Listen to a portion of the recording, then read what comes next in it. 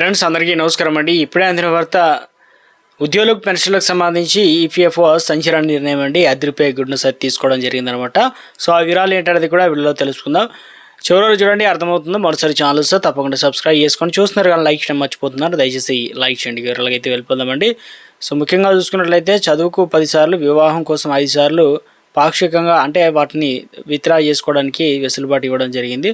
ఉద్యోగుల భవిష్యత్తుకి సంబంధించి ఈపీఎఫ్ఓ ఉద్యోగులకు ఒక గుడ్ న్యూస్ అయితే చెప్పడం జరిగిందండి. ఊరటనిచ్చే అంశాలు.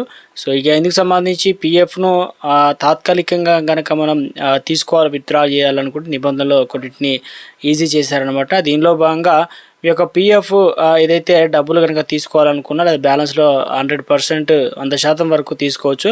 కేంద్ర కార్మిక శాఖ మంత్రి మన్సుఖ్ మాండవీయ నేతృత్వంలో సమావేశమైన ఈపీఎఫ్ఓ అదే central board of the trustee ఈ మేరకు నిర్ణయాలు కూడా తీసుకుందనమాట. ఎందుకంటే ఈ నిర్ణయం కోట్లాది మంది ఉద్యోగులకు సో బెనిఫిట్స్ అయితే ఉన్నాయన్నమాట. సో ఇక మీ యొక్క పీఎఫ్ పాక్షిక అంటే తీసుకోవాలన్నా కూడా డబ్బులు 13 సంక్లిష్టమైన నిబంధనలు ఒకే నిబంధన కూడా వాటిని కన్వర్ట్ చేసి క్రమబద్ధీకరించారు. ముఖ్యంగా అవసరాలకు, గృహ అవసరాలకు ప్రత్యేక పరిస్థితుల్లో వర్గీకరించడం జరిగింది. ముఖ్యమైన అవసరాలు అనారోగ్యం, విద్య, వివాహం అయితే ఉన్నాయన్నమాట. ఇక ఉపసంహరణ సంఖ్య కూడా పెంచింది. ఎన్నిసార్లు తీసుకోవచ్చిందనంటే చదువుకు సంబంధించి మనం 10 సార్లు 10 టైం తీసుకునే అవకాశాలు ఉంది. అదే వివాహం కోసం 5 సార్లు అయితే మనం వాటిని పీఎఫ్ సంబంధించిన పాక్షికంగా డబ్బులు తీసుకోవచ్చు. ప్రస్తుతం ఈ రెండింటికి 3 సార్లు అనుమతి అయితే ఉంది. గత ప్రత్యేక పరిస్థితుల్లో ఆప్షన్ కారణం చెప్పాల్సి అయితే ఉండేది. నిరుద్యోగులకు ప్రకృతి విపత్తులు, సంస్థలు మూసివేత వంటి కారణాలు చూపాల్సి ఉండేది. అయితే ఇప్పుడు ఎలాంటి కారణం ముఖ్యంగా చెప్పాల్సిన అవసరం కూడా లేదు. ఎందుకంటే తాజా నిబంధనల ప్రకారం సభ్యుడు అన్ని వేళలా కనీస బ్యాలెన్స్ మెయింటెనెన్స్ చేయాల్సి అయితే ఉంటుంది. సభ్యుని ఖాతాలో కనుక కాంట్రిబ్యూషన్ 25% అయితే మినిమం బ్యాలెన్స్కి అయితే కేటాయించాల్సి అయితే ఉంటుంది. 100లో 25% అన్నట్టు. దీనివల్ల సభ్యుడు మీ యొక్క ఈపీఎఫ్ఓ అందించేటువంటి అత్యధిక వడ్డీ రేటును పొందడానికి వీలవుతుందన్నమాట. దాంతోపాటు ఇతర ప్రయోజనాలు కూడా మీకు అందుబాటులో అయితే ఉన్నాయి.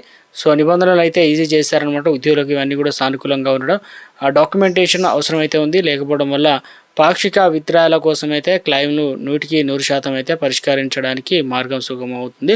సో ప్రస్తుతం ఈపీఎఫ్ ప్రైమరీ ఫైనల్కు సెటిల్మెంట్కు 2 నెలల గడువు అయితే ఉందన్నమాట. దీన్ని 12 నెలలకు పెంచారు. ఇక అదేవిధంగా ముఖ్యంగా పెన్షన్ ఫైనల్ పెన్షన్ విత్డ్రాలు పీరియడ్ను కూడా 2 నెలల నుంచి 36 నెలలకు అయితే గడువు అనేది పెంచడం జరిగిందనమాట. ఇక మనకు పాక్షికంగా కనుక ఆ డబ్బులు విత్డ్రా చేసుకోవాలంటే నిబంధనలు కూడా ఈజీ చేశారు.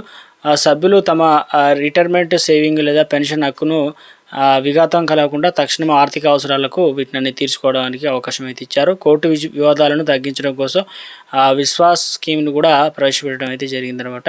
అదేవిధంగా ఉద్యోగుల భవిష్యత్తు అయితే వచ్చేసి ఈపీఎఫ్ఓ ఉద్యోగులకు సంబంధించి ఊరటనించే నిర్ణయం కూడా తీసుకుందనమాట. ఇక పిఎస్ అనగా పాక్షిక అంటే తాత్కాలికంగా కావచ్చు, ఉపసంహరణ వీటన్నిటిని కూడా విషయంలో నిబంధనలను కూడా ఈజీ చేయడానికి సిద్ధమైందనమాట. దీనిలో భాగంగా పీఎఫ్ నిధిలో అంటే వాటిని బ్యాలెన్స్ అనేది ఉపసంహరించుకోవడానికి 100% కూడా ఛాన్స్ అయితే ఇవ్వడం జరిగిందనమాట. ఇవన్నీ కూడా ఈపీఎఫ్ఓ తీసుకొచ్చినటువంటి సంచలన నిర్ణయాలు, కొన్ని ప్రయోజనాలు అన్నమాట. సో ఇవన్నీ కూడా